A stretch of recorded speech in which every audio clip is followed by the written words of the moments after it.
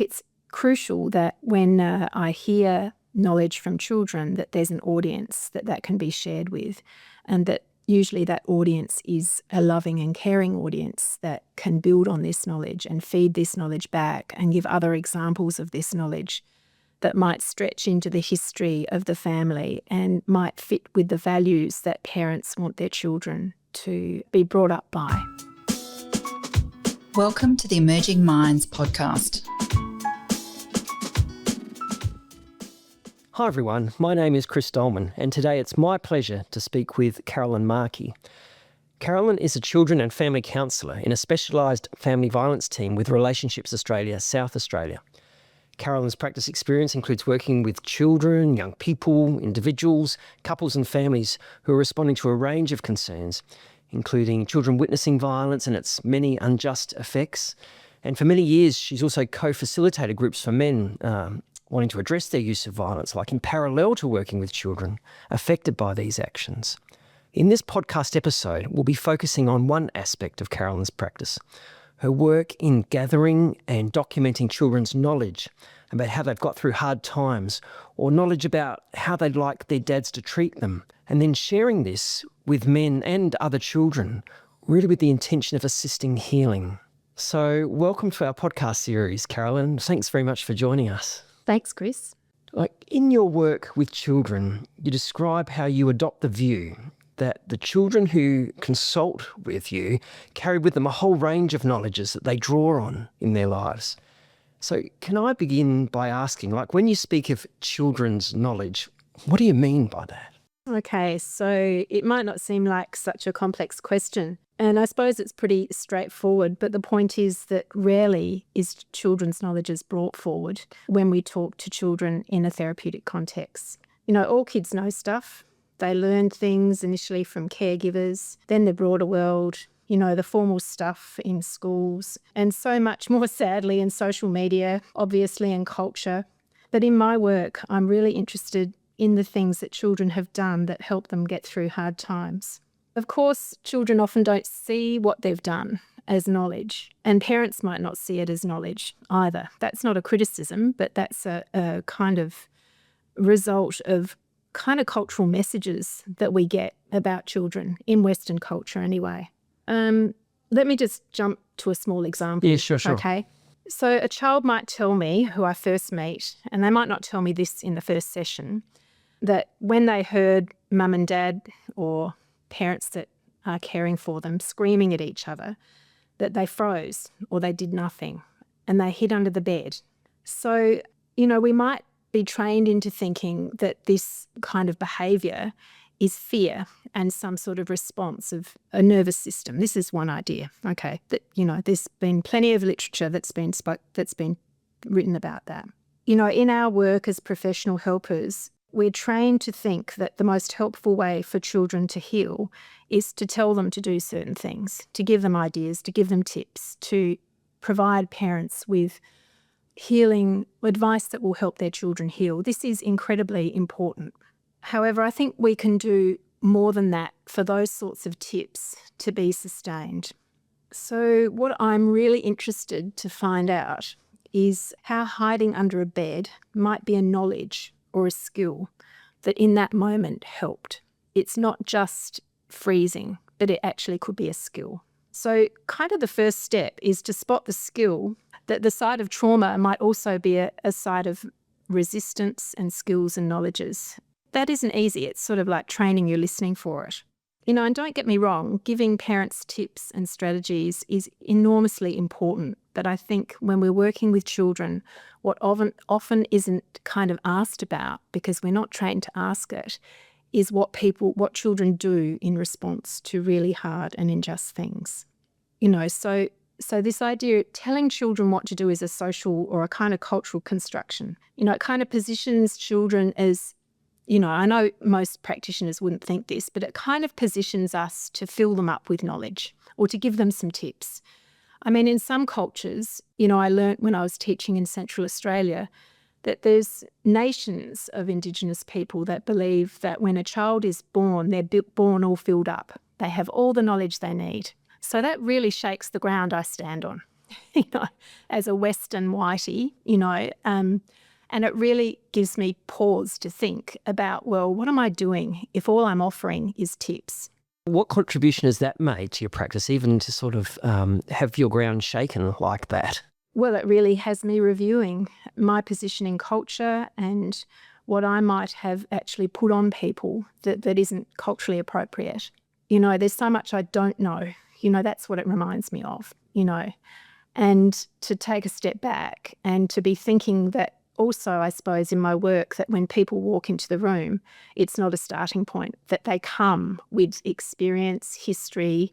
They've tried so hard. I would imagine that many listeners who are consulting people who've experienced sort of trauma would be very familiar with response-based approaches, or listening for what people do in the face of injustice, listening for acts of resistance. And you may be familiar with the work of Michael White or Alan Wade. If you're not, I'd really recommend that you start doing some reading because it's revolutionised my practice. I suppose what it's about is that we're always believing that when we meet with kids, or anyone in fact, that they're not just going to take the trauma. There's always some sort of response, even if they feel they did nothing. There'll be some sort of thinking, there'll be some sort of action or thought that maybe this isn't fair. But very rarely do we hear that because we don't ask about it. And so that thought, even that this isn't fair, would you regard that as a type of knowledge? Absolutely. Right. So this is the starting point. And it's a relief as a worker to feel that people have skills and knowledge. I don't have to be the one to fill them up.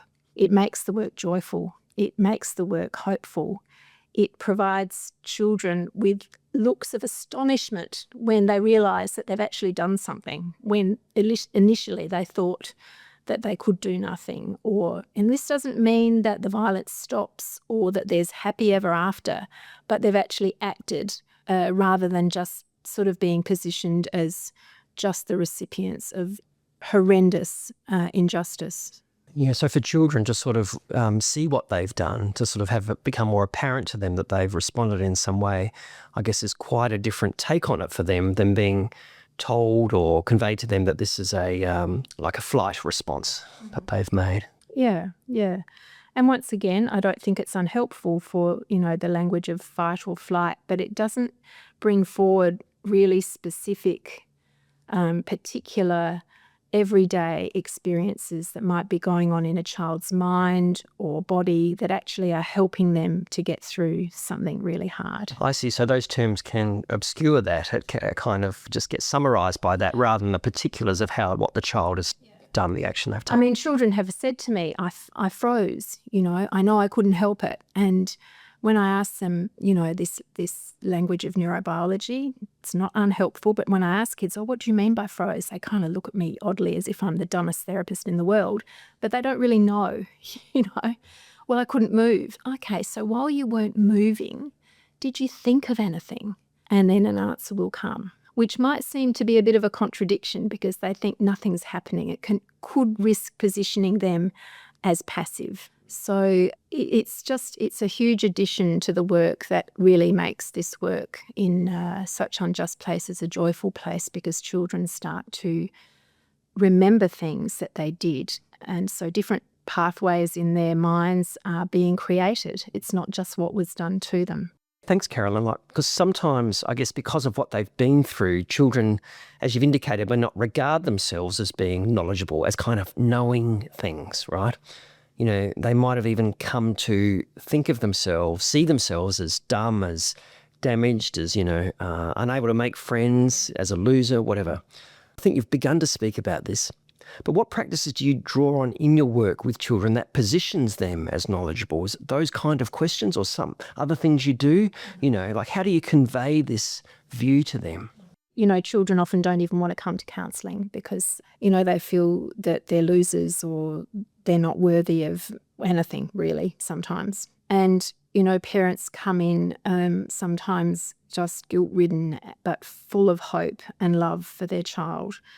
I suppose how they know, how I don't convince them that it's knowledge. I think it's about the circulation of knowledge, that we don't know in isolation of others and we don't gain knowledge in isolation. well, from a Westerner point of view. So I think it's crucial that when I hear knowledge from children, that there's an audience that can be shared with, and that usually that audience is a loving and caring audience that can build on this knowledge and feed this knowledge back and give other examples of this knowledge that might stretch into the history of the family and might fit with the values that parents want their children to be brought up by. So you said a couple of things there. What really kind of, in a way, conveys this understanding of them as possessing knowledge, of children as possessing knowledge, is creating context for others, supportive other people in their lives, to acknowledge this, to say something about this, how they've seen it in other times, other places in the young person's life. Is that right? As well as like other histories in the family that this might be connected to. Yes, so just to elaborate on this little one that told me that she did nothing, but she hid under the bed.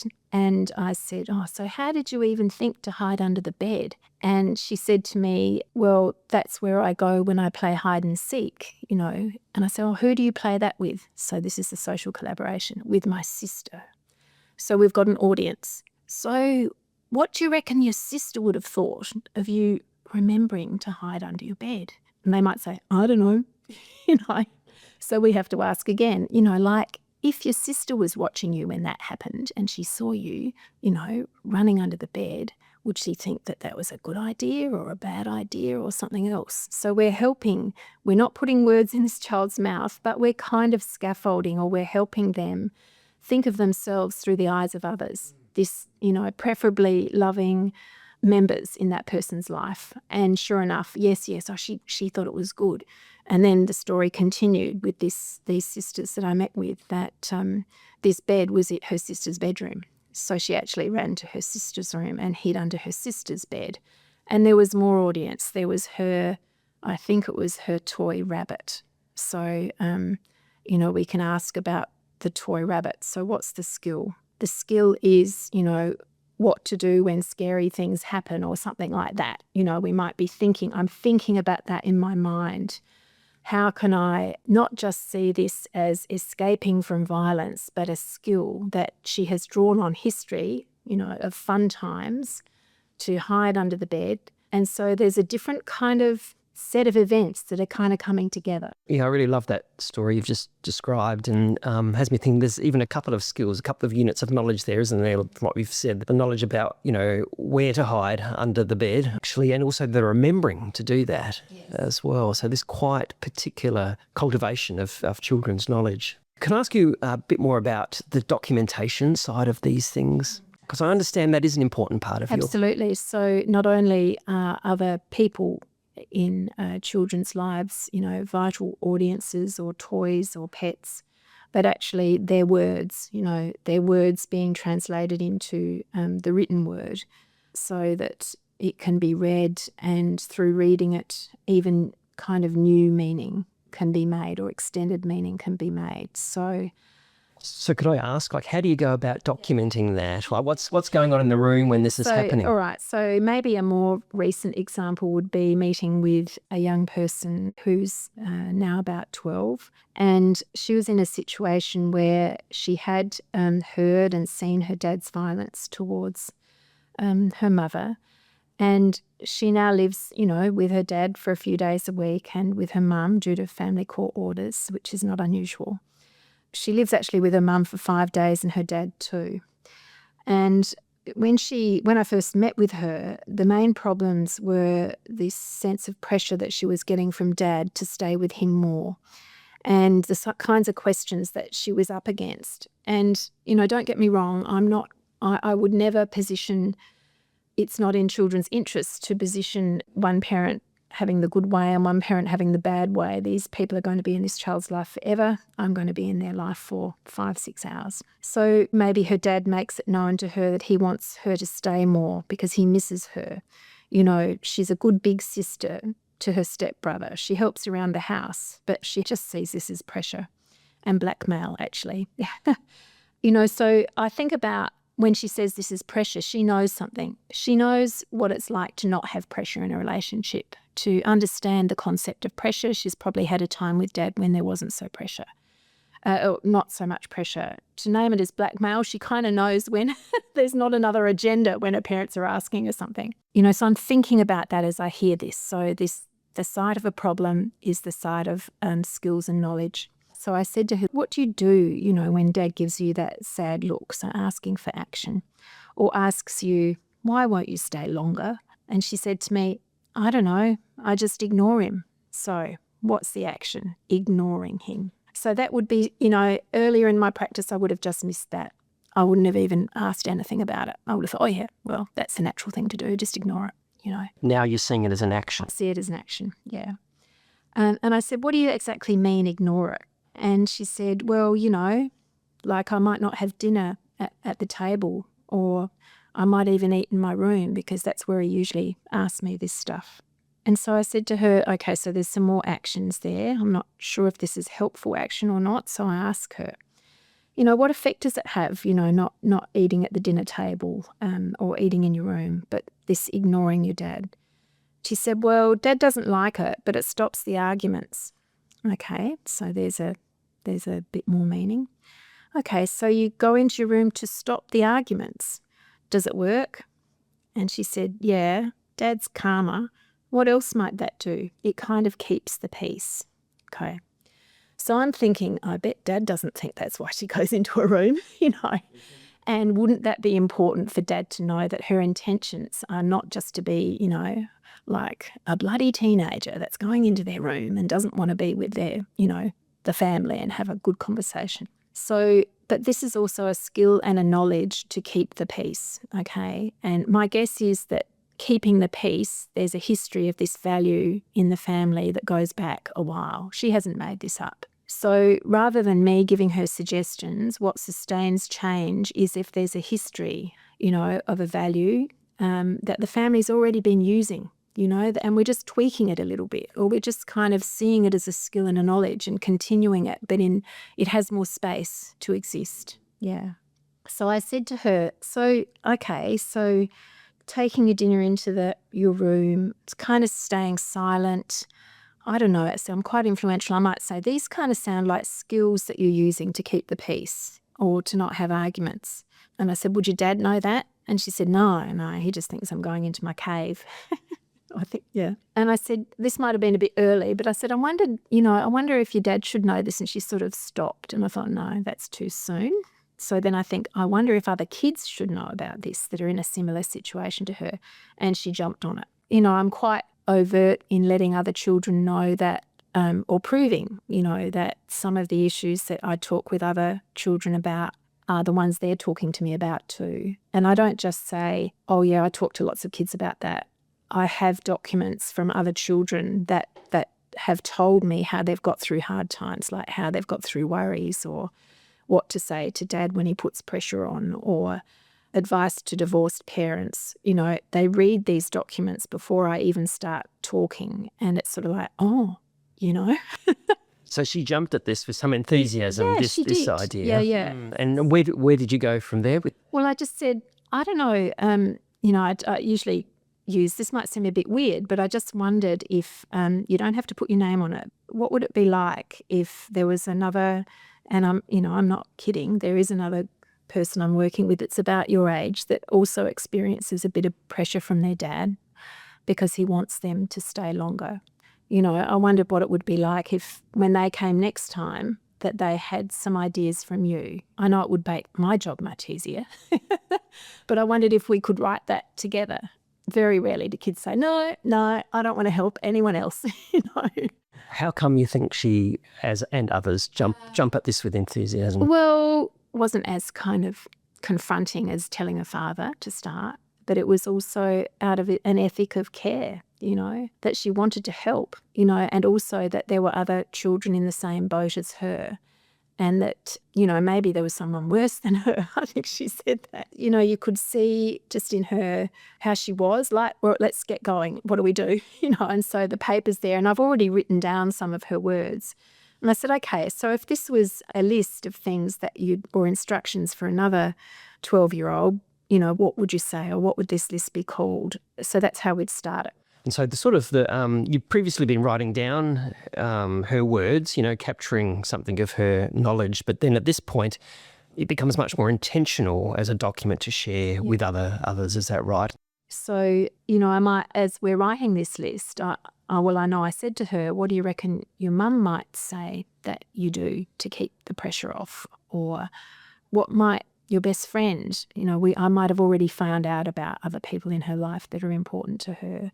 So I'm asking, rather than me praising her or saying that's a great idea or terrific, I ask her to evaluate what she's writing through the eyes of people that she loves. And she's going to be knowing for a lot longer than she's going to be knowing me. And this is what makes it sustaining, to have an audience that is sustaining, not just a counsellor that will be there for 7 sessions. And again, this conveys that positioning it as knowledge, I guess, as you were saying before, through those inquiries. Yeah, so she now has in her mind, we might be asking, what difference does it make to kind of have read, the things that you do? And she said, I know she said, we got about 5 things on the list. And she said, I didn't realise I did so much. And I'm very careful not to set it up as, the truth of what she has to do every time, or every time she does it, that it works, because sometimes her dad might be cross at her because she goes into a room. But just presenting it as something that she's done. She's no longer passive.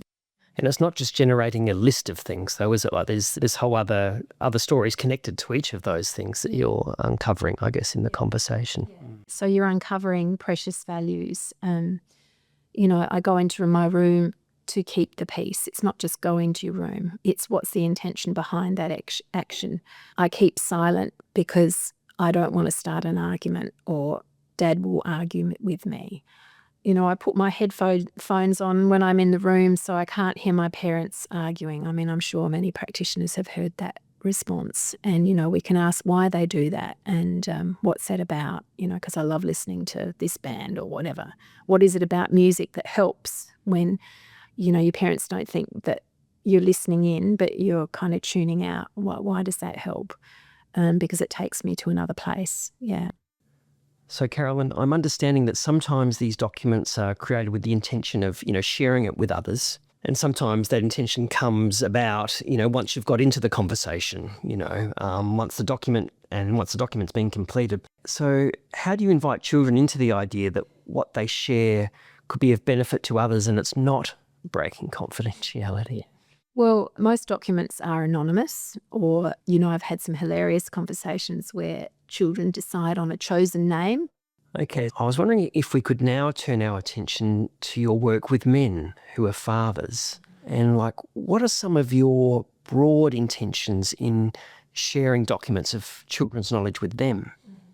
The fathers that I meet with who have perpetrated violence or acted in ways that actually might transgress values that they hold, when they also know that their children have been a witness to that violence or might have heard it, in my experience, often hold a wounding shame because this is not usually what they've intended for their kids. For some men, it can have them turning their back on that what they've done has affected their kids. So I might hear, well, the kids were at the other end of the house, we're really careful to argue, they saw it, but they kind of seem fine. You've spoken a bit about how shame can have men turning away from taking a closer look, having a closer understanding of the effects of what they've done on children.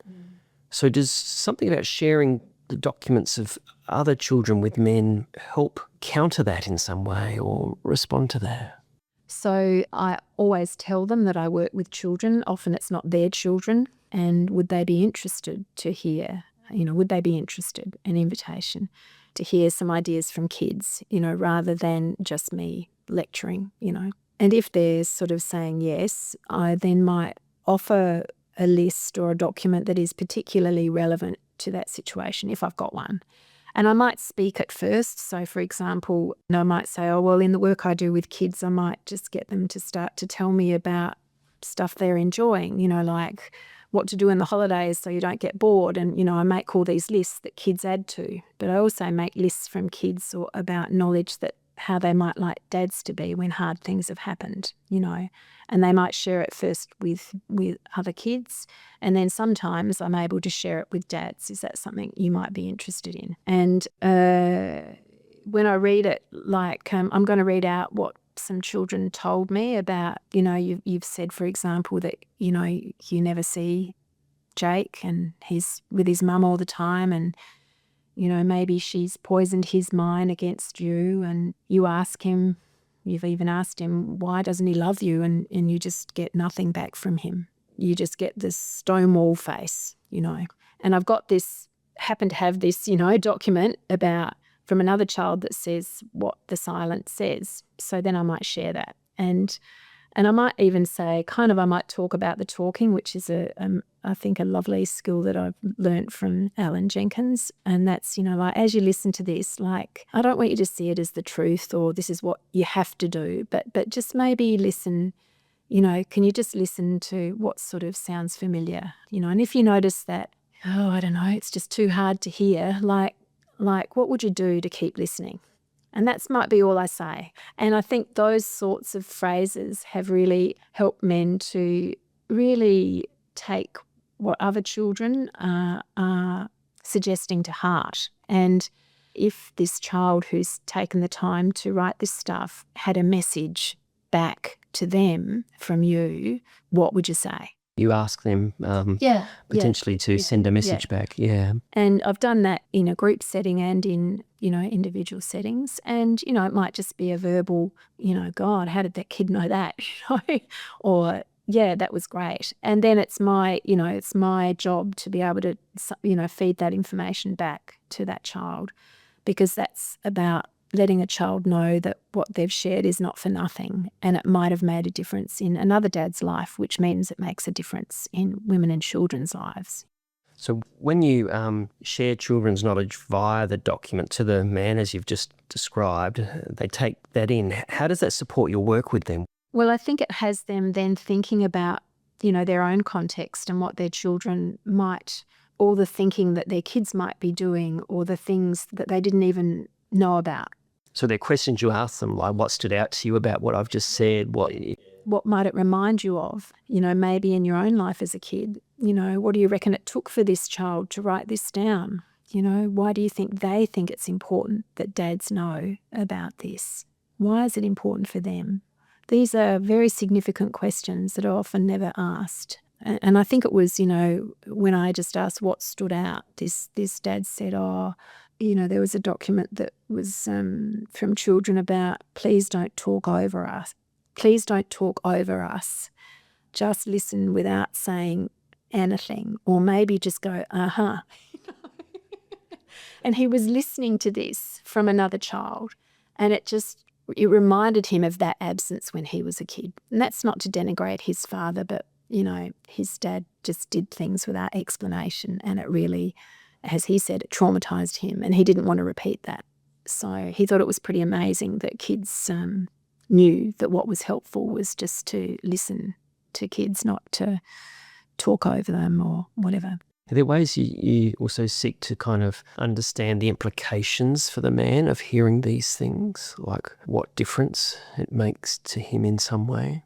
Well, that's the nub of it, isn't it? We're kind of hoping that this might shape men to act more in accordance with values like that they have, so wanting to be able to talk to their kids freely. And if they realise that, asking their child, why don't you love me, is not helping their child to talk freely, or telling their child that their mum is brainwashing them, that's a pretty obvious one. But there are more subtle things.